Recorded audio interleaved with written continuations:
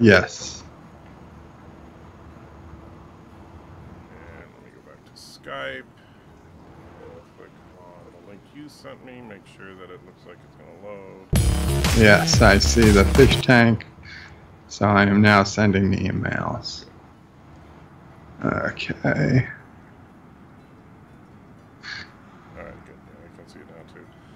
Alright. Don't forget to send it to Patreon. That's what I'm doing right now. Okay. Yeah, let's see.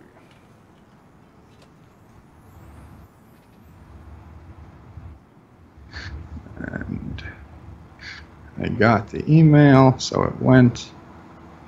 And I'll post it in the forum as well.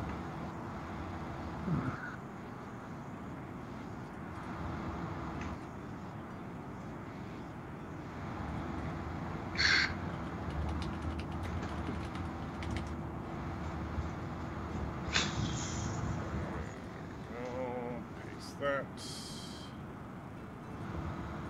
And make sure patrons only and publish.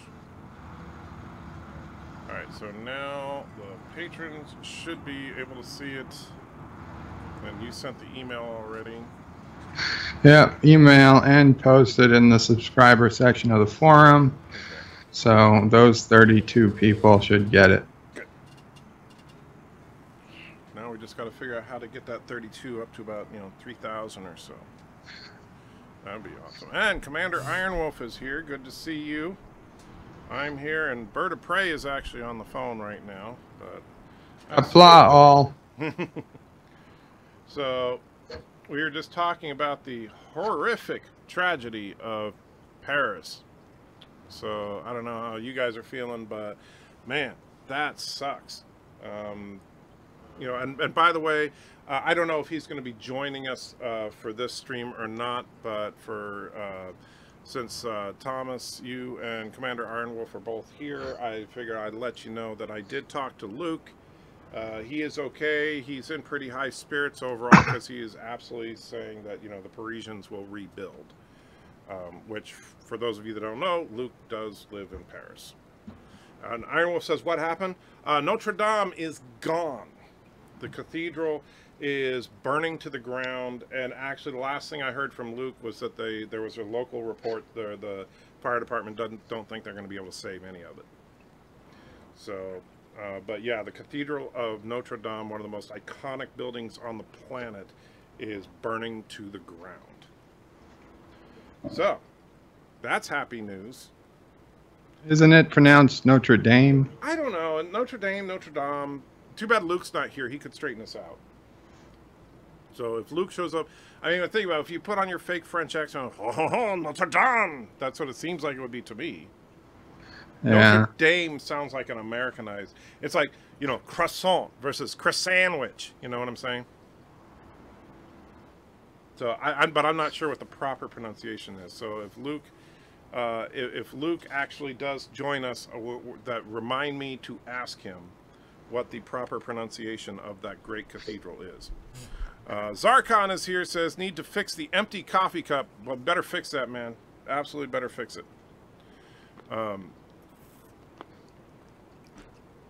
So, Bird. Yep. Can you prove that you were in the United States at the time that the fire started? Yes. Yes. Well, now you see, I heard you getting advice from Momopray 5. That's also my attorney. I have my passport right here, and it expired March 29th, 2019, so I could not have left the country. But you see, now that's assuming that you were using that passport. This interview is over. Man, you know what? Funny thing about that is there is a guy, I can't remember his exact position. Oh, Luke is here. Hey, Luke. So we were actually, I have a question for you, and I know it sounds stupid, but us stupid Americans trying to pronounce French words, right? So, Luke, is the cathedral Notre Dame or Notre Dame? I tend to think it's Dame. Bird was saying it's Dame. And so we're trying to figure out which is the proper French pronunciation of that beautiful building that unfortunately is no more. And so put D-O-M if it's Dame, D-A-M-E if it's Dame. And so that way I'll know for sure. The first one, Dame, so it is Notre Dame. So suck on that, Bird of Prey. Well, in America, it's Notre Dame. Notre Dame. So, but yeah, Luke, that is truly sad. I mean, that's... I was talking to Bird before we started the stream about, I mean, that is one of the most iconic buildings on the planet.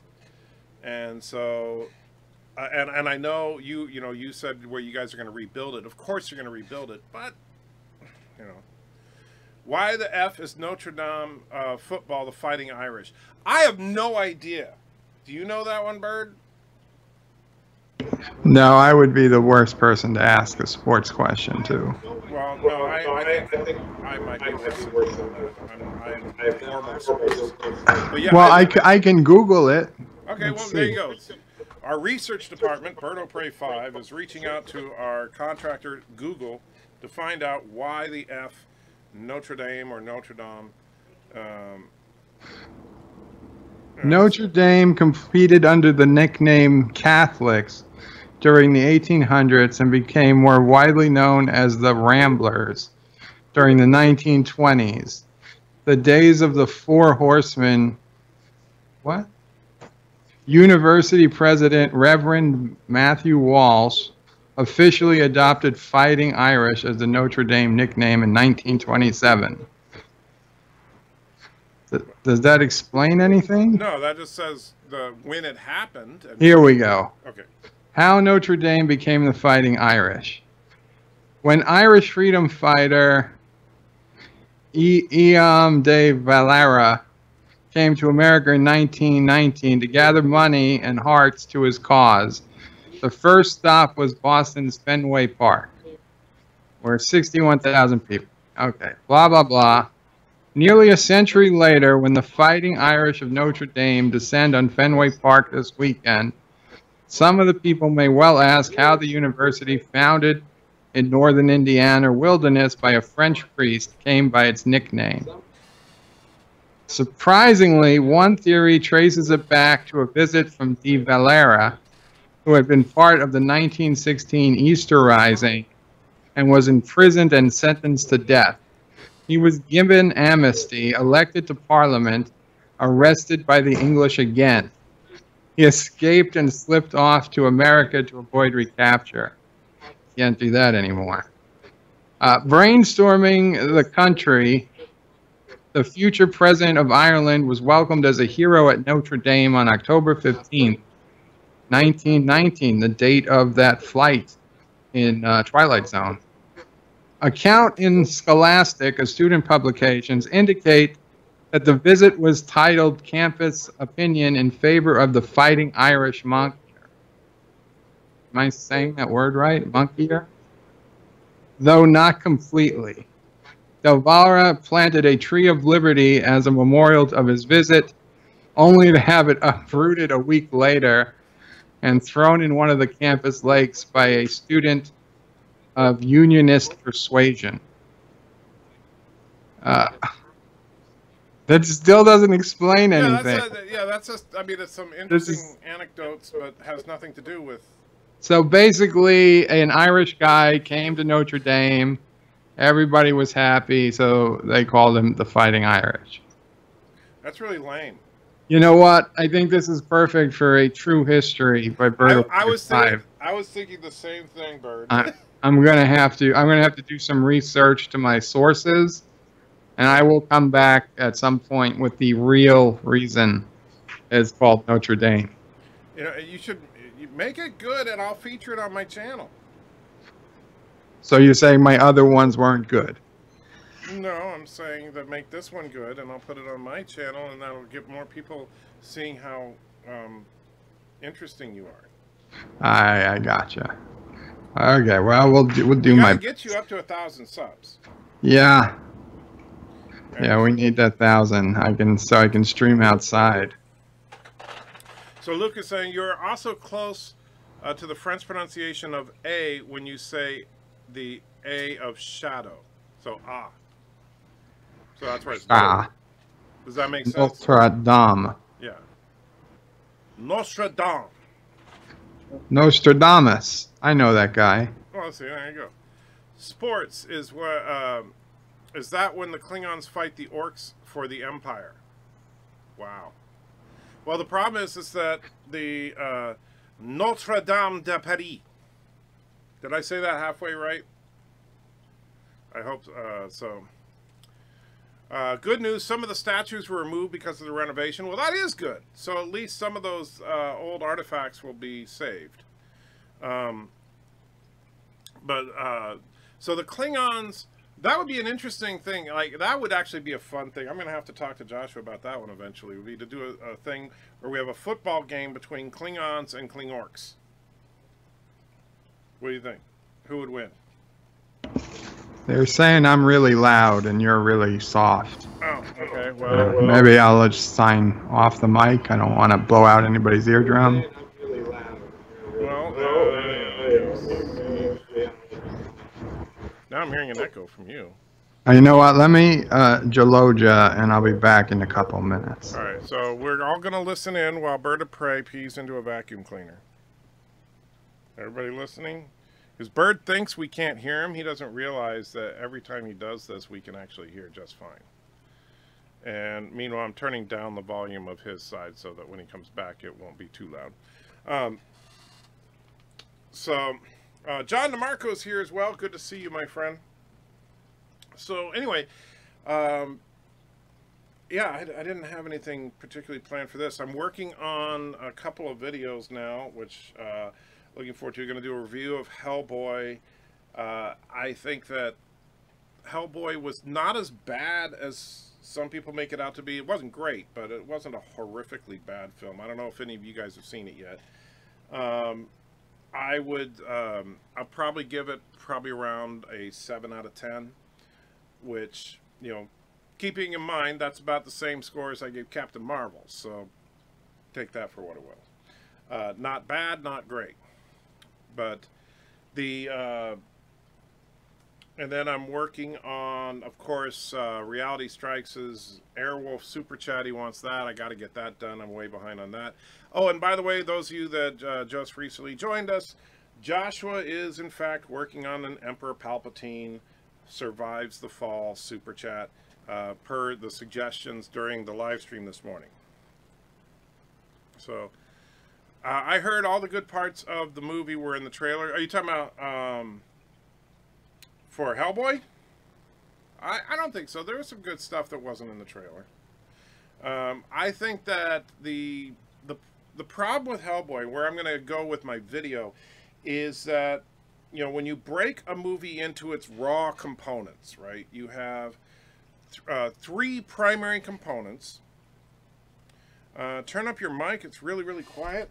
Maybe it's because I'm too far back. I mean, move the mic closer to me. That should be better. Tell me if that's better, Commander Ironwolf. So there are three basic components to any film.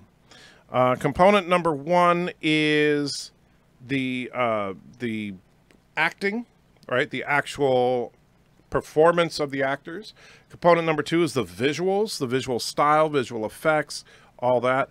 And then component number three, and in my opinion, the most important component to a movie, the writing. And so, now, as far as Hellboy is concerned, I have no real qualms with the acting. I think the performances across the board were solid. Nothing jumps out at me, like didn't have any really cringe-worthy delivery of the various lines and stuff in the film. The visuals were nothing groundbreaking, nothing spectacular, but also, again, I know some people say, oh, the visual effects were horrible. I don't think they were horrible, they just weren't spectacular. And so as such, people are like, oh man, this is terrible, because they're used to the kind of quality they get from Marvel or Lucasfilm or something like that. And this is definitely not one of those kinds of movies. So don't expect to see it blow you away. Am I still loud?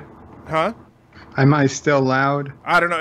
Oh, I turned you down on my side, so you okay. guys we'll wait to see if somebody says in the chat if you're too loud. I was just talking about Hellboy a little bit. But then you get to the writing. Did Hellboy have his stone fist? Yes. He did have his stone fist. And did he grind off his horns daily with the rat tail grinder? Yes, in fact.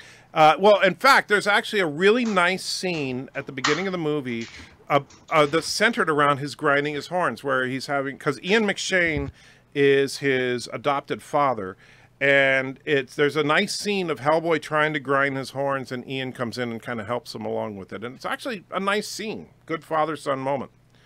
You're a little bit quieter, so you're not blowing out my eardrums, Bird of Prey. There you go. So you're not blowing up anybody's eardrums anymore. Be right back. Jaloja, excellent. I guess I never sent the last. I tried to write an excellent. What? Are you? And I guess the last thing I never sent. I didn't even realize it was still in the chat. That's funny. So, but then we get to the writing, and that's where I think Hellboy has a little bit of an issue, because the visual effects, while they weren't spectacular, they weren't bad. I would say, and I think it was well directed, and the camera work was solid. I would probably give it a solid, say, 8 to 8.5 for the acting, and 8 to 8.5 for the visuals. But then we get to the writing, and the writing there are 3 elements to writing, and this is where I'm going to really probably focus my video on this. There's plot, story, and characters. And so for the uninitiated, you need all 3 of those to make any kind of movie that makes sense. The plot is just the series of events that happen in the movie that push the characters through the story. The story is the overarching tale you're trying to tell. And the characters, of course, are the individuals involved in the plot and the story. And depending on how well you develop each one of them can help or hinder the others. And I missed a comment. I'm sorry. Let me see. What did you say, Thomas? What again is your plan for Saturday? Also, have you figured out your schedule for when your work changes? I'll get to that in just a minute. So I think that, when we talk about sometimes like a story-driven versus character-driven is a lot of the times what we talk about in movies and TV. Like a character-driven piece is all about the characters, and the plot and the story take a second seat to that. Story-driven is all about the story that you're trying to tell, and the characters and plot take a back seat. This is a plot-driven movie. It's all about the events of the movie that drive it through, and everything about this is plot. The problem is that because they're so heavy on the plot points of the movie, the story gets kind of convoluted and lost. And the characters are underdeveloped. So they just kind of assume you know who everybody is. And so if you don't read Hellboy comics, a lot of people are going to get lost. Like, I can't remember the name of the character, because I never read Hellboy. But there's a witch that is in the comic books that Hellboy is constantly dealing with, and this witch is in this movie, but they don't explain who she is really. They don't explain where she's from. They don't explain anything about her except that Hellboy needs her help, and she gets him to agree to give up one eye in order for her to help. If that makes any kind of sense. Now, as far as this Saturday, I will be doing an early live stream. When I say early, I don't mean a morning live stream. Oh, and let me, actually, Luke says, to me, the story comes first historically, then acting, then finally the whole cinematography aspect. Many directors get it backwards. They think cinema is separate from its lineage. Well, the problem is that in the modern age of film, because we can now create any visual we can imagine, the spectacle has taken over in too many cases, where they think if it looks good, like Discovery is a perfect example of this. On Discovery, it looks beautiful, so they figure that's all we need, because people will ooh and ah. And a certain percentage of people, that's true. Some people will just enjoy the spectacle and move on. And there are movies that are successful on that basis, like Avatar. But we need, but to maintain an audience, you got to have story and characters. Anyway, so as far as the live stream, so Saturday, I'm taking a half a day. I'm flexing out from work, and so when I usually start my stream at 10 p.m. Central or 11 p.m. Eastern. On Saturday, I'm going to be starting my stream probably around 7 p.m. Central or 8 p.m. Eastern. And the reason for that is simple. I have to get up very early on Sunday morning because it's Easter Sunday, and you know, we're going to an early bird service. But besides that, I also, Mrs. Anti-Trekker will be joining the stream. I'm going to open up the box from Thomas. Thank you for whatever that is. And then also Mrs. Anti-Trekker got me something. I have no idea what it is yet, but she's going to give that to me during that stream. And then after opening presents, then we'll sign off, and I'll party the night away with Mrs. Anti-Trekker. Although we probably won't do much except maybe watch a movie and go to bed. Well, you mean plot and characters are both components of... Well, no, the story is the story is the complete tale from beginning to end. So you can't have a story without plot and characters, but you also can't have plot without story and characters, and you can't have characters without a plot and story. I mean, you could... That's nothing but a concept, right? You don't, so you need, and that's a problem as well. Like a lot of the times when people say, hey, here's a fanfic idea, and then they'll describe a character.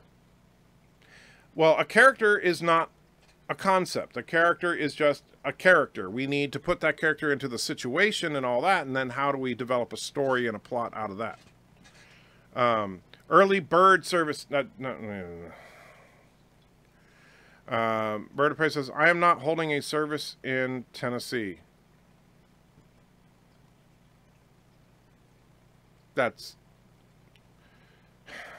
You're still there, right, Joe? I am. Okay. You know that was a horrible pun, right? Or, you know, this early bird, you know, wasn't referring to you. I wasn't sure. Okay. Dr. Alex is here. Thank you for ruining my life, Dr. Alex, with your voice acting. I am still so jealous of your voice. It's like sickeningly nice. John says, I'm glad my current church doesn't do a sunrise service on Easter. That's way early. Well, I'll tell you, usually on Sundays we go to service at 11 o'clock in the morning. And then they also have a 9 o'clock service. But on Easter Sunday, they actually have a 7 a.m. service. And they ask people to go to the 7 a.m. Service because of the simple fact that on Easter is like the one day a year that everybody who claims to be a Christian actually shows up for church. And so the 9 and the 11 o'clock services are jam-packed, and they also ask people to go to their Saturday services, but I will be live streaming on Saturday.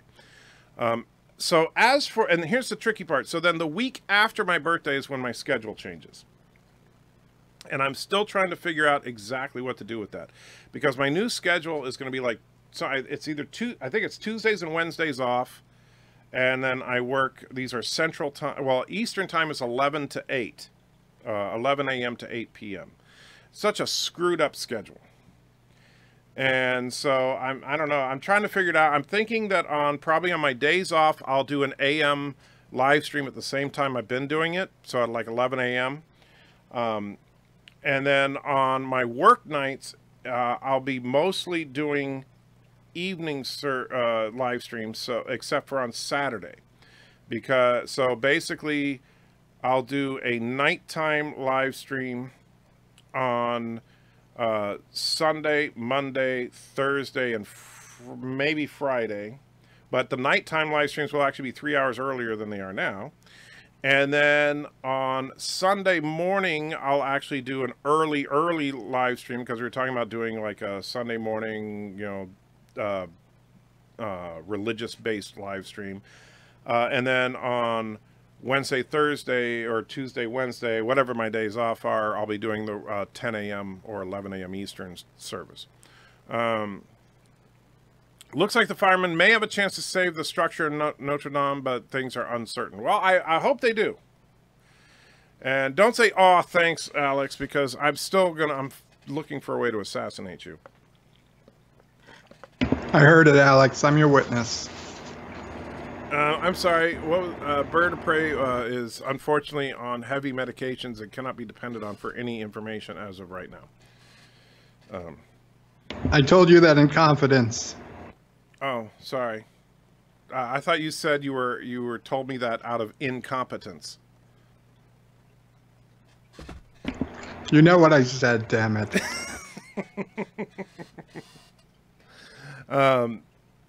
So, and I gotta say, you know, as far as, yeah, John saying Bible study with anti-checker, looking forward to. I actually am too. I think it'll be a fun experiment. Man, Iron Wolf saying God is dead and the media lies. Well, I agree with half of that statement. Assassinating BIRDOPREY 5 stabby guy, hey? Well, I think assassinating is not the right word. I would say de-escalating a potential threat. It's literally the word you just used. You just said you were going to assassinate him. Right, but and so I realized that was too harsh a word, so I'm correcting myself. Sounds like Star Trek Discovery writing. Oh, now that's harsh. That really is harsh.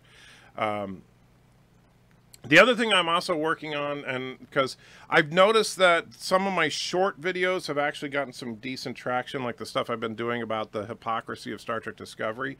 So I'm going to continue on that vein as well with a couple of videos on the continuity. Like, man, this last episode. By the way, Bert, I haven't watched your review of the episode. What was your score on this one?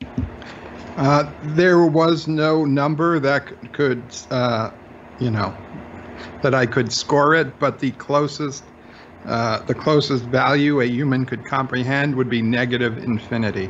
Gotcha. Oh, and since Dr. Alex is with us too, and I know you talked to him about it, but I have not. So, Planck... I was right. You were wrong. What do you mean I was wrong? I didn't... You were wrong.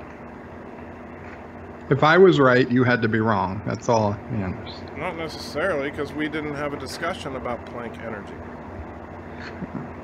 Doesn't matter. I called it first, so I was right. You're wrong. Tell him, Dr. Alex. Anyway, so here's my lay understanding of Planck energy, and one of the reasons I think that it is so stupid is that Planck is the smallest unit of energy possible. And therefore, when they say that they need Planck level energy, they need a minuscule amount of energy is what they're basically saying. So why do they need to drain the spore drive of 15 hours worth of energy to get Planck energy? So, Dr. Alex, am I correct in saying that what they're saying is absolutely stupid and self-contradictory? And if so, would you be willing to record something to that effect for an upcoming video? I sent you a picture of the top of Notre Dame. I saw that, Thomas. That is depressing. It looks like, it really does look like something out of a movie. And I mean, like a horrible disaster type film. And so for those of you that haven't seen it, I'll bring it up here. The picture that Thomas showed. I don't know if you can see that okay, Bird, but that's the roof view of Notre Dame. I can. I mean, look at that. Even the scaffolding for the is melted. That's just sad.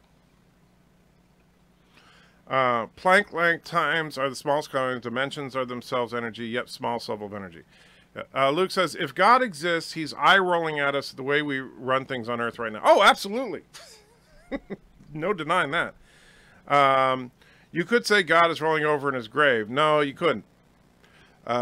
Yep, it's STD. Of course, it's stupid. And yes, I can record you a little something on Planck energy if you wish. I would love that if you wouldn't mind. You don't have to get too detailed in it, but just like a little thing about exactly what Planck energy. If I were to use that term, Planck energy, what am I describing? And that way I can cut to you saying that, and then I'll show in context what they did on the show. And then talk about that. That's what I kind of want to do. So, Dr. Alex, if you could do that, and you know, obviously, I would want you to do it right now, but I understand you probably have other things to do. But whenever you get a chance, I would greatly appreciate it. Zarkon retracted something, and then Thomas says, "I never heard of Planck energy. I thought Bird of Gay was talking crazy." Well, first of all, now, so Joe, why did you say you want all men to be gay? I said the full quote was all men except me. Okay, and that would mean that all the women would be available. Yes, but you know that, like, how many times have you heard, not if you were the last man on Earth? Not surprisingly, not all that often. Not all that often. That's probably not how you should have phrased it. I'm just saying the numbers are much more in my favor. Well, by Planck, by the way, I like John's answer. By Planck energy, they were talking about Burnham's personality. Yes, she has the absolute minimum personality possible. So BIRDOPREY officially wants all men to be gay. Except me. But doesn't that mean they would all the guys would be hitting on you? No, I'm not their type. How do you figure? They tend to go for more fit people. Haven't you ever heard of a bear? Yeah, don't worry about it. Well, there's plenty of others. There'll be the lore reloadeds out there. There'll be more accessible people. I'll be in a house surrounded by a bunch of women guarding me, so it's like kryptonite. They can't get past. So you should watch the mid credits scene of my review video. Just that part. Why are you talking about how gay you are or something? No, but it does involve Stamets and his letter home. Oh, okay. Well, let me see here. BIRDOPREY, got your channel here. So Sweat Street Star review spoiler. Wow, it's an hour and a half long. Yeah, I had to edit it down from over 2 hours of ranting. All right, so let's go to your credits. All right, so here we go. Please remember to comment, like, and subscribe. And don't forget right to hit after that bell the JUOT. Without it, you won't get notifications of new videos. It's right after where if you want to visit me, me, you want to check out my forum at JUOT.net. I'm also on social media. That's a horrible on website Facebook, name. I'm sorry. I Twitter, love you, Bird, but that's. I understand, but that's because the really website crazy, we came from was Jeeps Unlimited off topic, so everybody already called it JUOT. Okay. Let's see. Luke's saying nukes. Let's see. Okay, you guys. I'll get to the comments in just a second. I want to see what Bird's. Send me some money on PayPal. Take care. Stamets is making a recording to what he calls his best friend. He then later says that this best friend was the only one who could translate what mom and dad were saying. So I guess his best friend is his sister or his brother. Either way, that is the lame best friend. Best friend. And you always could translate mom and dad to me. And vice versa. Even though I still don't know what dad's talking about half the time. Stamets, your dad is talking about push. That's what he's talking about. That's why you don't get it. That's horrible. That's why it's an outtake. Joe, that is so bad. But yeah, I do think he was that he was talking about his sister, though. If I remember, for some reason, I thought that I got the feeling he was talking about his sister. All right, so is that World War II bombing of Berlin? Oh, that picture, I know, it's horrible. And let's see, by Planck Energy, they're talking about Berlin's personality. Okay. Zarkon, no, strategic bombing doesn't turn buildings into burning hulls. It turns them into flattened piles of fuming debris, nuke style. Zarkon says the carpet bombing did look like that, especially when they went with the incendiary bomb. So now we're arguing about the type of bombs that could do this. Dr. Alex says, ooh, I made a slight mistake. The back of my mind was niggling at me because... Niggling? Is that a thing? That sounds almost racist. Because of the old inverse relationship things. However, even though it's huge comparison to Planck length, for example, it is still just the energy of a tank of gas. Well, see, I need that info. I could show you a picture of Hiroshima right after the bomb and Tokyo right after the strategic bombing, and you couldn't tell the difference. Okay. And Zarkon's laughing at tank of gas. And then napalm carpet bombing of German cities in World War II looked really bad. That is true, but this is just a fire. And so Zarkon says STD is using spore magic and Doctor Who tech. Well, yeah. Well, we already knew that they were using Doctor Who tech because clearly the Discovery is bigger on the inside. I mean, and the Enterprise, apparently, because how many shuttles would you imagine have been launched at the end of this episode? Oh, me? No, the other person I'm talking to. I couldn't, I mean, all the craft combined, I couldn't even count. Actual shuttles, I would say there was at least a dozen. No, I mean, but I mean, well, I mean, the shuttles, the worker bees, all there was just so many. I'm guessing absurd at amount. least 200 or 300. Yeah. Somebody had brought up the possibility that some of them were drone controlled. Now, nothing ever says that, but that's the only way I could make sense of any of that amount. But we've never seen them before or since, so. Right. Zarkon asked the question, aside from Tom Baker, who else fixes stuff by reversing the polarity? Mr. Scott of the original series. Look it up. It's true. But yeah, I mean, it seems like, but even if they're drones, where are they storing hundreds and hundreds of drones that size? Because those are sizable. Well, there's drones. a lot of room in the turbolift shafts. Well, yeah, that's true. And of course, we know that they have their crazy pinball machine launch system. Yeah, it's going to take an hour to launch all of them. But and did you? I since I haven't watched your review yet, and since it's an hour and a half long, it may take a while. But did you catch on to the fact that #1 was talking about the tactical fighters?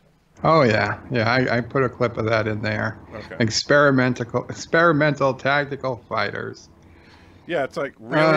They have tactical fighters on the Enterprise? You'd think those could have been useful in, say, Balance of Terror? What I said was they just wanted to play Star Wars, because everybody likes Star Wars. Yeah. Not me, but everybody else. Well, that's the problem. Likes like Star Wars. So yeah, this was battleship Star Wars scenes. I think that the battle in next week's episode, or, well, now this week's episode, is going to be epic, but it's going to feel like a Star Wars battle.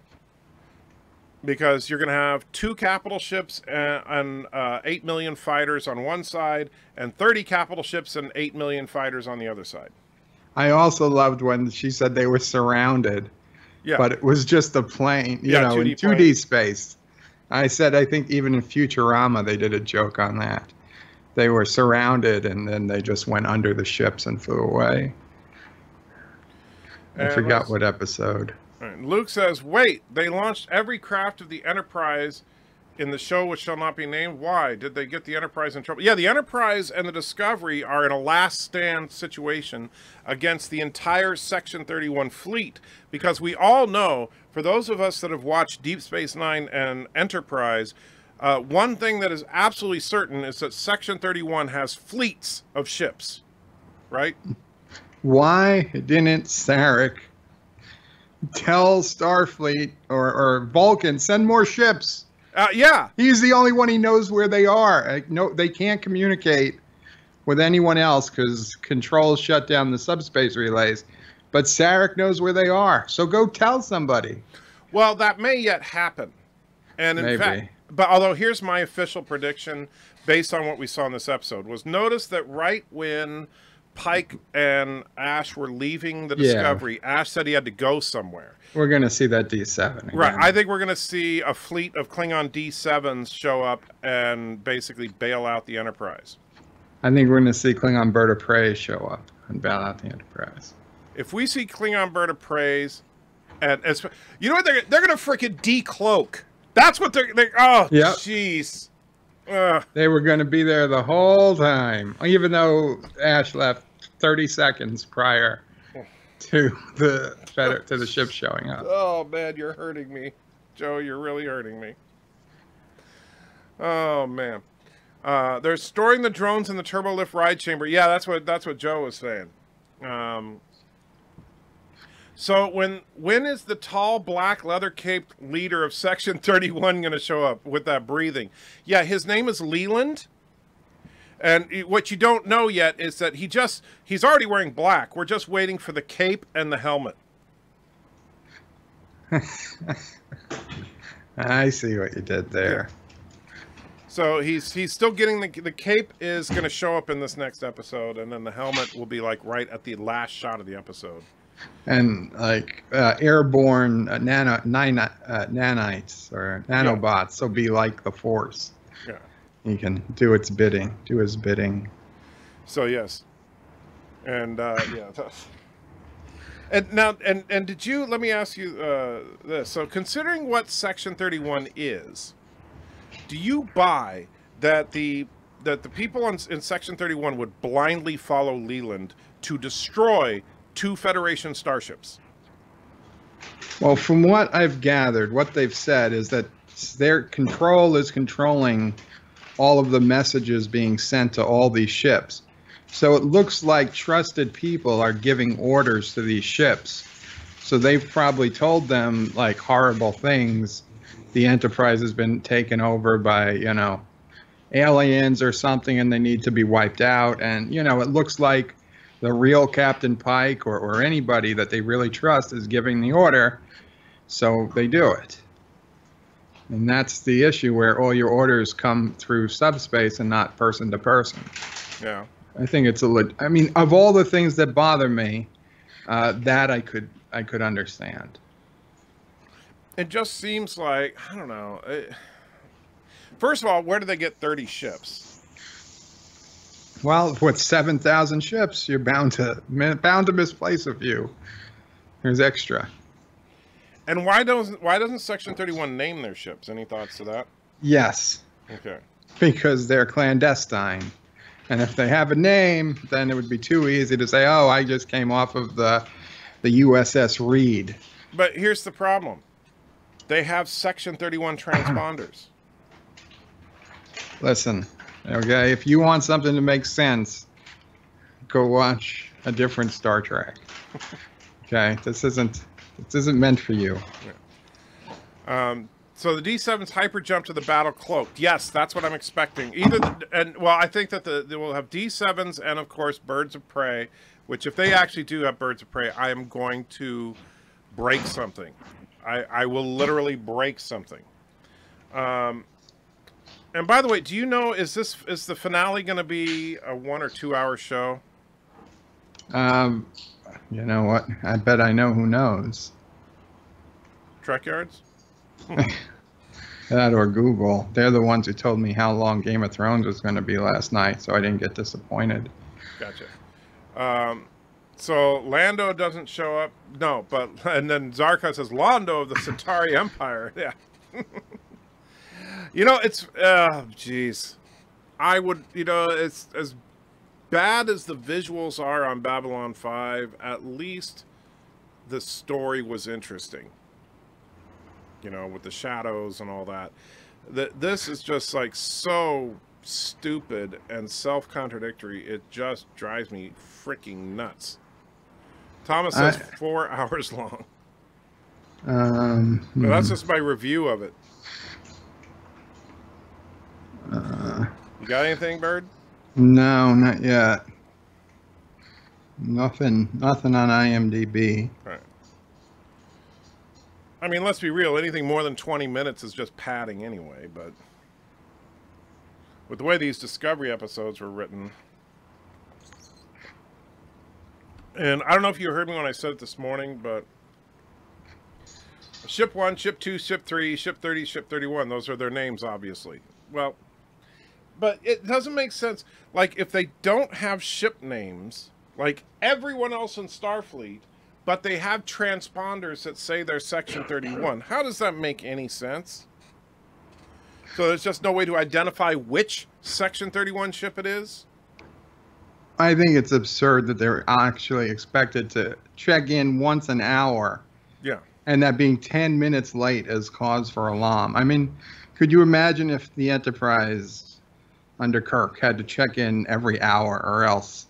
Well, especially since when they're on the edge, like if they're on the Romulan border, what did they say? How many hours or days before they get a message from Starfleet? Right. Yeah.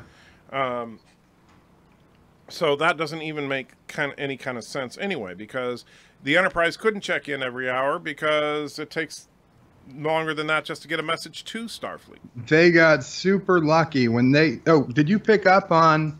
Because this is what I went off a lot on. When they jumped to Zahia, Pike didn't know where they jumped to. He didn't ask where they jumped to until they got there. Well, he had no idea. He's like, well, so where are we? You don't tell the captain where you're jumping to? Because somebody told the Enterprise, because they're going to meet you there. Well, nobody told Pike. No, Pike just didn't need. He doesn't need to know. You got to understand that he just wasn't need to know. I loved it when they got there. Like, so where are we? Oh, what the fuck? So Dr. Alex is editing his audio. Awesome. Jerk. So that means since you're editing your audio now, that means you should be able to record some more audio in what, hour or so? Zarkon says, I know Star Trek Discovery is bad. Can it be that bad? It can't be that bad. Yes, it can. Next episode is just called Such Sweet Sorrow Part 2. Really? Is that what it's called, Bird? It is, Part 2. They couldn't even come up with a name. Like, I mean, even, like, if you look at the Vulcan Hello and Battle of the Binary Stars, that's a 2-part episode. But they had 2 unique names. Well, everything I see shows it as Such Sweet Sorrow Part 2. Oh. All right. Well, that's stupid. No, the landfill fire that Star Trek Discovery it spread. Yeah, that's... Oh, okay, I see what you're saying. Yeah. Notre Dame is an unfortunate victim of the... what happened was somebody in France watched Star Trek Discovery. They then went outside and they were, like, desperate to find some meaning to everything because their heads were about to explode. They went to Notre Dame to seek solace from the priests, and their head exploded, starting a fire. Speaking of Notre Dame, I'm getting reports that they removed at least 16 relics prior to the...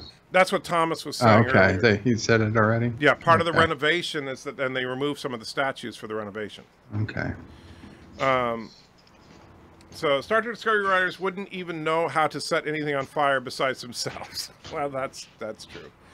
Let's see. Editing your audio. Oh, very cool, Alex. Well, in that case, thank you. I didn't realize you were going that quickly, so I do appreciate that. Even if you are a jerk trying to steal my wife. I'll tell you, I'm going to find you one of these days, Alex. You know, it's funny. Me and Mrs. Antrecker were talking about it today when we were out at the store. And she was debating on if we ever get to the point where we can do this full time and I can actually start meeting up with people, should she actually go with me? What do you think, Bird? Absolutely. But here's the problem, and this is where she was like, kind of debating is because she likes being the mysterious voice off camera. If, let's say, we went to your house and we hung out with you for a couple hours and just got to meet you and everything, and then whenever you heard her on the show, you'd know what she looked like.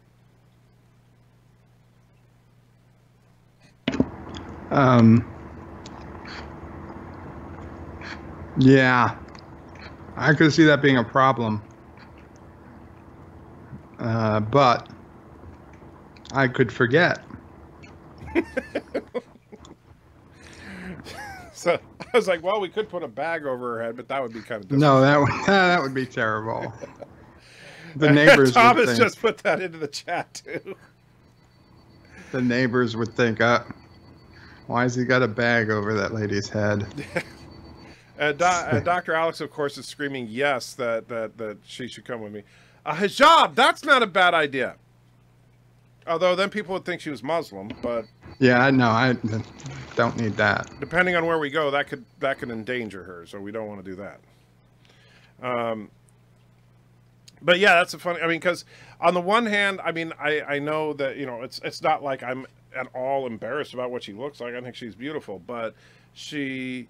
And it's not a matter of self-consciousness as much as she likes that whole mystery air. But I did tell her, it's not like we're ever going to meet all 7,000 plus subscribers.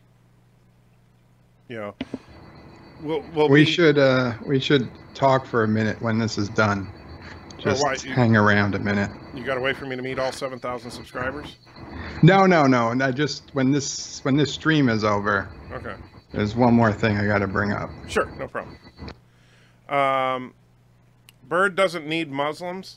Well, no. Well, you know, he's racist about everything else, so we got to be careful about it. Cheap ghost costumes. Well, then people might think she was a member of the KKK, which would be kind of ironic. Oh, that's fine. She'll blend right in. Oh, your house, I'm sure. You know, well, and then, of course, if you've ever seen South Park, we'll burn a lowercase t. Yeah, that was good. They're afraid of ghosts and lowercase t's. Oh, man. That would be just horrifically bad. So, yeah, so so there's the whole thing about, well, she's worried about, people would see her. Was that like, Joseph is here, says, hi, gentlemen. Gentlemen, that's kind of assuming a lot of genders here, man. But just found the notification while watching the previous stream. Well, I'm glad you are here, Joseph. So we're right now discussing the intense, controversial topic of should Mrs. Antitrekker accompany me if I ever get to meet some of you guys, to which Dr. Alex is enthusiastically saying yes, but most people have been just, Thomas suggested a paper bag to hide her face, because, of course, then you guys would know what she looked like. And that would just be it would ruin the element of the allure of her voice when you have no idea what she actually looks like. But it's funny because I said, I do have another webcam, I could set it up over here. And she's like, no, I like the idea that they're just wondering what I look like. And so it's one of those things where your mind can create this perfect woman that, and so she just likes that. She thinks that's cool. I don't assume genders. Just so you know. So you don't assume Mrs. Antitrekker is a female? Well, unless you confirm that, or do you I never have. Fantasize that she's not a female because of your own personal preferences? I'm not fantasizing. I'm just saying I don't assume. It's like the cat in the box. It could be either until you open the box, and I'm not going to open the box, so I don't need to know. Okay. She should only go to see those who pay $25 or more, says. There we go. Yeah, there we go. So yeah, if you want to see Mrs. Antitrekker, that sounds like almost like pimping her out. Pay me $25 and you can see her. And $100 to take a picture with her. Yeah. What of the insect that makes the cooler animations? Well, yeah, he obviously when we get to that point, and I like to be optimistic, so I'm saying when as opposed to if, but then yes, he would love to meet some of you guys too. Well, we've seen Joshua on camera. So that's true, but I'm just saying no mystery there. Yeah. Bird, Joshua is pretty good. Hint, pointing towards Mrs. Anti-Trucker being a she. Well, that's true. Thomas says she could be a drag queen. Well, but the problem is yeah, the conception of Joshua will be difficult if she's not a she. Joseph says, weird, no super chat allowed. That's because this is an unlisted live stream.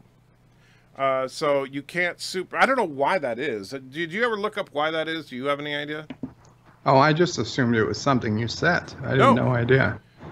Probably because they don't want racists raising money. Right, but yeah, if you clip, like right now, I clicked on Super Chat, and it says Super Chat is only available on public videos. Which is weird. Why can't you...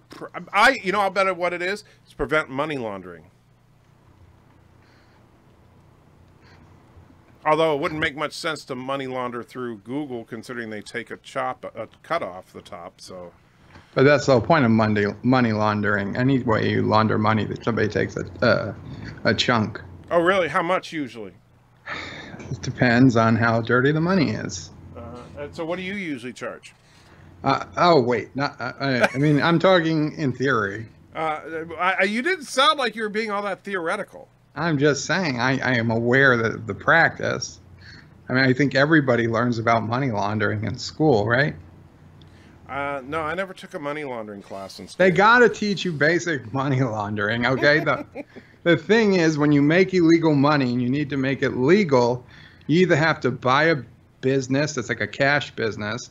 So then, you know, you don't care if the business makes money because you're just throwing through, you know, $100,000 a month.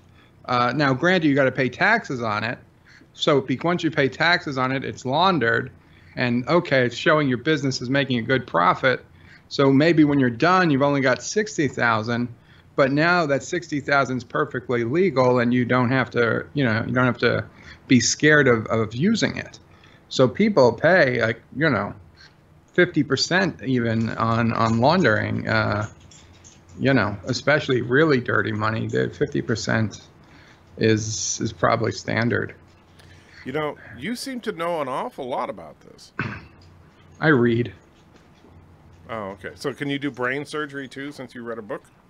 Well, I mean, if somebody was going to die, I would try it. I mean, it's better I try it than let them die. And then Joseph says, and kudos to Joshua and you for the crazy video. Okay. You talk about the last super chat. Yeah, it was a lot of fun actually. And I know I kid a lot, but thank you to Dr. Alex, if you're still in the room, for your voice talents, because that really sold it. I think it's kind of funny that Mrs. Anti-Trucker kind of had a hint of an English accent there. So I'm not sure why. But yeah. And thank you for at least thinking about throwing a super chat there, Joseph. Now, you can, of course, still do a PayPal super chat if you want to. I mean, if you really want to, and I'll still play a super chat reward if you want to. Just let me know. Joe plus books equals Jet Reno. So let's see. Maybe Mrs. Anti-Trucker makes Luminera? What? Who? Look average instead of attractive as hell. Who's that? Do you know who that is? No, no idea. Right, I'm gonna look her up, because now you got me wondering.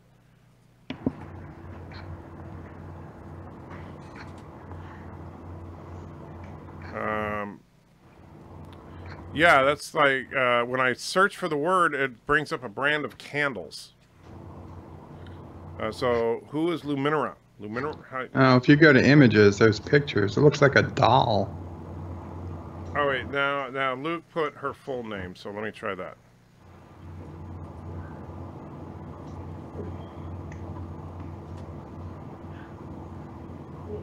Oh, she's the Star Wars character.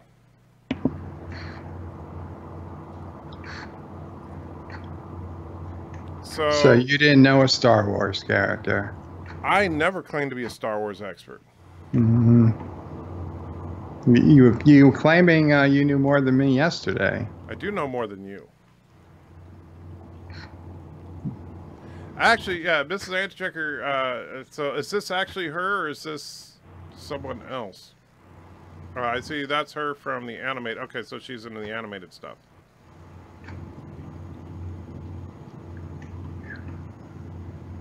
So, very cool. And let's see. Didn't know you had a thing for, Luke's saying, I don't know you had a thing for that actress. One of them, yeah. Okay, so, oh, so was that her, was she in the, okay, that looks like a shot from Attack of the Clones, actually. So it's probably, so she, yeah, there we go. I recognize that shot right there. So now we got to see who played her. Played her? She's a cartoon. No, look at do you see the picture that's up there now? With a green lightsaber? Yeah, that's from Attack of the Clones. That's not a cartoon. It looks like a puppet. No, that's from Attack of the Clones. That's a live action movie? Yes, that is a person. So here's the actress, Mary Oyeya. Wow, I can't pronounce that, but let me see.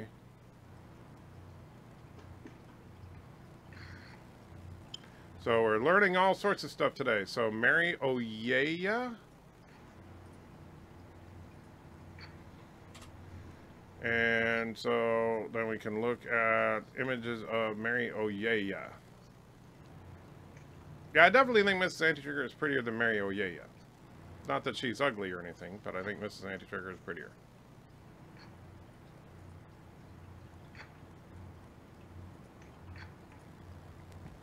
Man, I got way too much stuff up here. All right. Oh, look, a blank screen. All right. Whoa, did the live stream stop? No, I still see it. Okay, that's weird. On mine, it's like...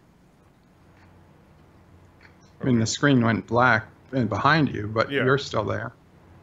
That's weird. Okay, let's go back to default view. That is freaking bizarre. Let's see. So she's a member of the Jedi Council. Let's see. The first is hot as hell. Second actress was Asian. What are you talking about? She's not.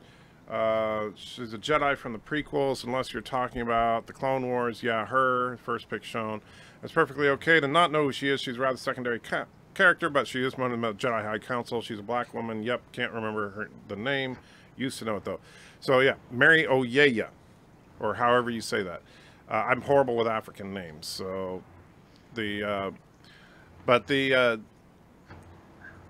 not so good with Italian names either. I never claimed to be. So Lerno, so easy. Well, I'm so sorry, Bird, that let's talk about the Rossonati. The Rossawati? So, isn't that an Italian name? Sounds Italian. Joseph says, check PayPal. Oh, man, you're too kind. You're like the first person to well, not the very first, but one of the first to throw something into the PayPal during one of these support streams. So I appreciate it.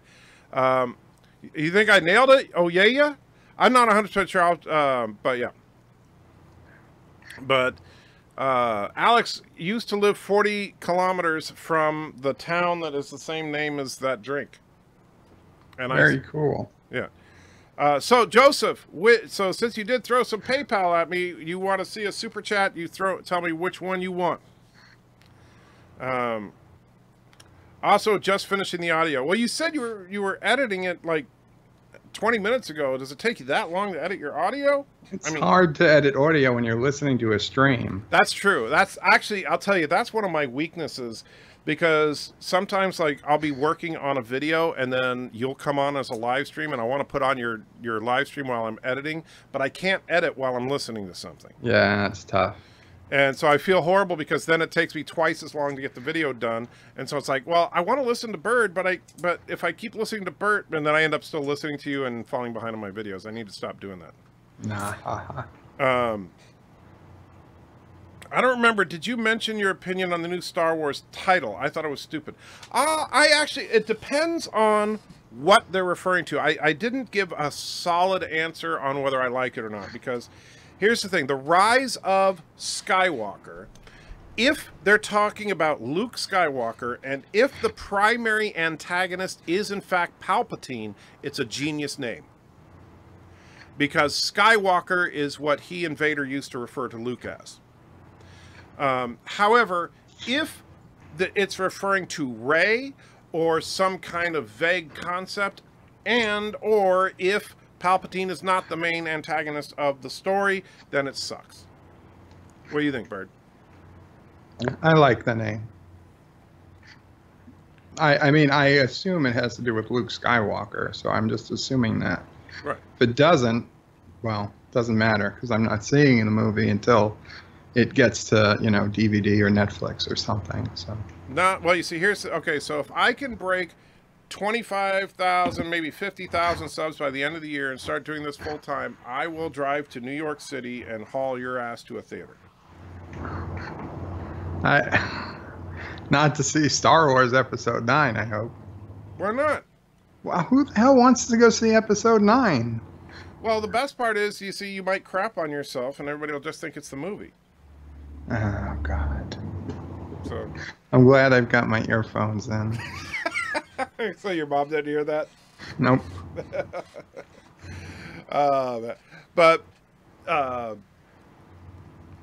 I don't remember. You mentioned your opinion, stupid title. I just thought it was stupid. Yeah. Just keep Bird on, but muted while you're editing. Well, actually, I'll be honest with you. I've done that like depending on his timing. When at 6 o'clock Eastern or 5 o'clock Central.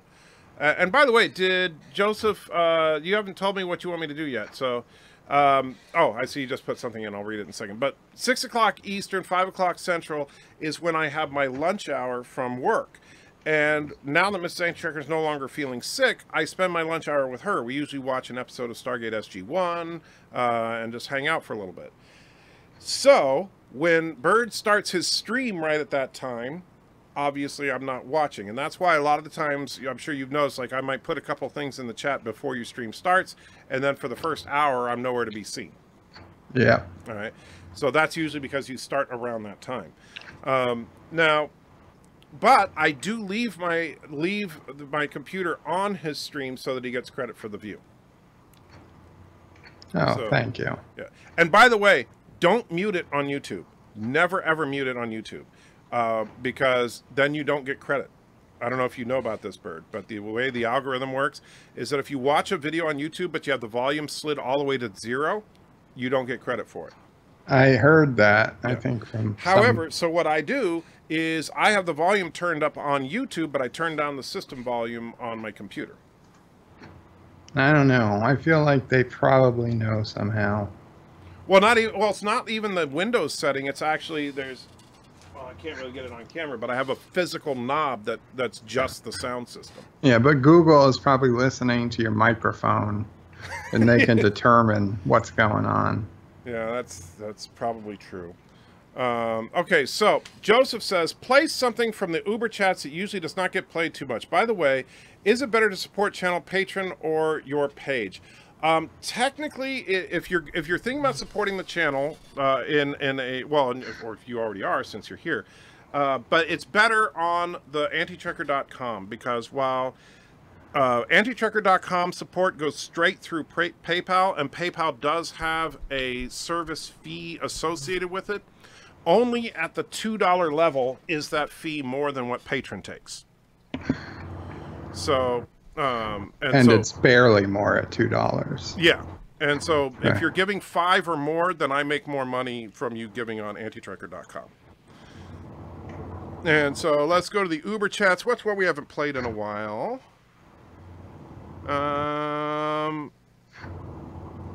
Was it this one? What's this one? Well, all right. Well, let's beam down to the planet.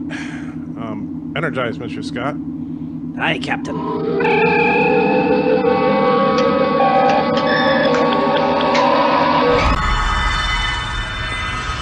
Welcome aboard the USS Discovery. There's got to be some kind of other universe, right? Please, send me back. Oh my God, send me back. Send me back. Oh. And I forgot that one even existed. Yeah, because I don't play that one. No one's requested in a while. Although part of it, I think, is because it's funny. Notice that the background there is exactly the same. Well, I don't know if it's. Let's go back and look. If we look at Super Chat number 10, everybody's favorite Super Chat now, which I gotta say, Joshua went above and beyond with this one. All right, look at that background. It's the same background. Look at Michael Burnham. It's the exact same character model. He recycles stuff like that all the time. He's really good at that. And so that's just called efficient work as an animator.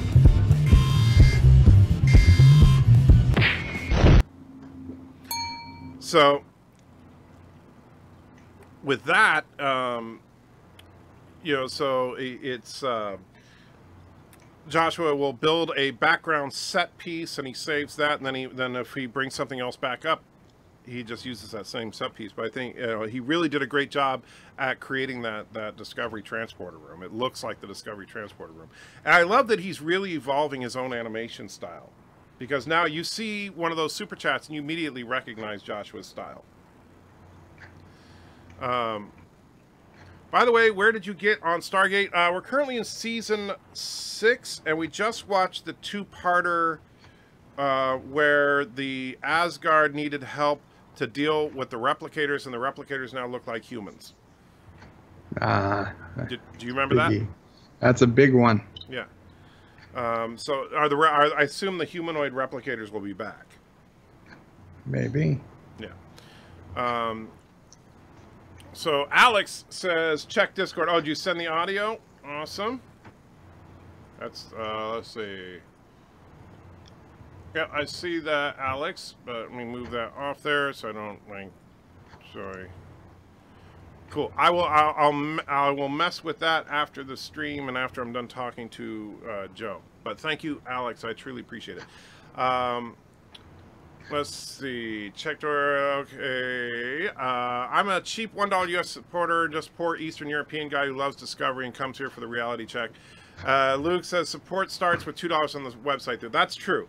So if you want to only give $1, and I understand, don't get me wrong, I am a greedy son of a bitch, but I'm a realistic one. If you can only give $1 a month, then stick with Patreon. However, if you bump it up, I would say switch over to antitracker.com. Oh, I think about going the 5. The amount of content is great. Well, thank you, Joseph. I do appreciate it. And 3D scenes work in the same way, recycling parts. Oh, yeah, absolutely. I do. I actually, when I went to college, I learned how to do 3D modeling and animation in Maya, Lightwave, and 3ds Max. I like Maya of those the best, but unfortunately, it's ridiculously expensive, and very difficult to get a job doing stuff like that. Do Stargate replicators make food? No, they just eat everything. Well, they eat inorganic Not that material. kind of replicator. Yeah. So you've seen that the Asgards went to the extent of sacrificing their homeworld. Yes, and the entire homeworld is now a giant replicator, basically. And I just did it. I will cancel, however, on the Patreon. Yeah, absolutely. I don't expect you to do both, but thank you, Joseph. I do appreciate it. And plus, and as we get everything centralized onto antitracker.com, there's some stuff coming that is going to be absolutely ridiculously exciting, that me and Joe have been talking about and just can't wait to do. They replicate themselves, yes. Yeah, many 3D apps cost an arm and a leg, firstborn child to rent, etc. Yeah, I mean, like right now I'm learning Blender, and it's all right, but it really lacks some of the robust nature of the paid platforms. But that's what you get for having a free software. Which Asgard? So many shows with Asgard. We're talking about SG-1. Those Asgard. You know, little gray aliens that pretend that they're the Norse gods. All right, so I am going to wrap it up, guys, because I do have a lot of work to do. And thank you both to Dr. Alex for getting that audio to me, because I will utilize that, if not tonight, probably tomorrow. And to the rest of you, I know I say this every time I do a supporter stream, but thank you guys for supporting, because without you, I would not be here, and I absolutely need your support to continue this and grow and eventually get to a point where we can do this full time, and I can actually start to do like anti-meetups and stuff. And Luke says, by the way, you can we could ask now Borg Collective versus the Replicators. Yeah, you can. I have to think about that a little. I don't know what the full extent of the humanoid replicators are, but they're pretty impressive. And so, and they're nanotech, which, I mean, but so are the Borg. What do you think? I'd give it to the Stargate replicators. It's, yeah, especially I'm as thinking what the Stargate replicators might have the edge. Yeah. Because the difference is the Borg are standardized organic life forms with nanotech implanted in them, while the replicators, well, the humanoid replicators are just 100% nanotech. Correct? Yes, a lot like Leland, apparently. Yeah. So that's the question. So Control versus the replicators. As soon as I saw that scene, I was like, oh, now they're taken from Stargate. Yeah. So yeah, I think the Stargate replicators would probably win against the Borg. If you stream again, what Bird will it be? Skylines or Bed Life? Asked Thomas. If I come on again in like an hour or two, it'd be a Bed Life. There you go. All right, guys. So thanks again for supporting the channel and letting me be here and helping me and Mrs. Anti-Trekker and Joshua more than I can describe. And we'll see you guys tomorrow, assuming that you can join the evening streams, or if not, whenever we see you. So anyway, so I guess we'll wrap it up with the lovely story of Dr. Alex.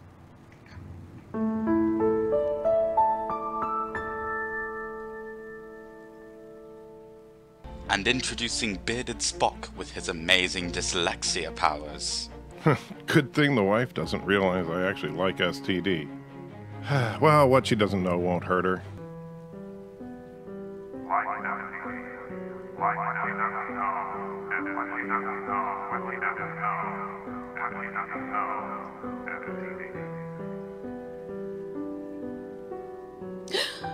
Oh, Dr. Alex, I just can't believe this. Michael actually likes Star Trek Discovery. I don't know what to do. I think I want to be with you. Bridget, this is so unexpected. You want to run away with me?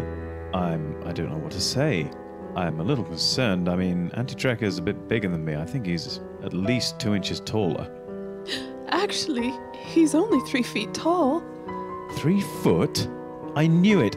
I knew that hatch was for him as a dwarf. Actually, he's not a dwarf. What? He has big hairy feet. He's a hobbit. And his feet are furry? He's a hobbit. Oh my god. He's just not to be trusted. Quick, run away with me, now that I know that I'm twice as tall. His little legs will never catch us. Oh yes, yes. Let's run away together.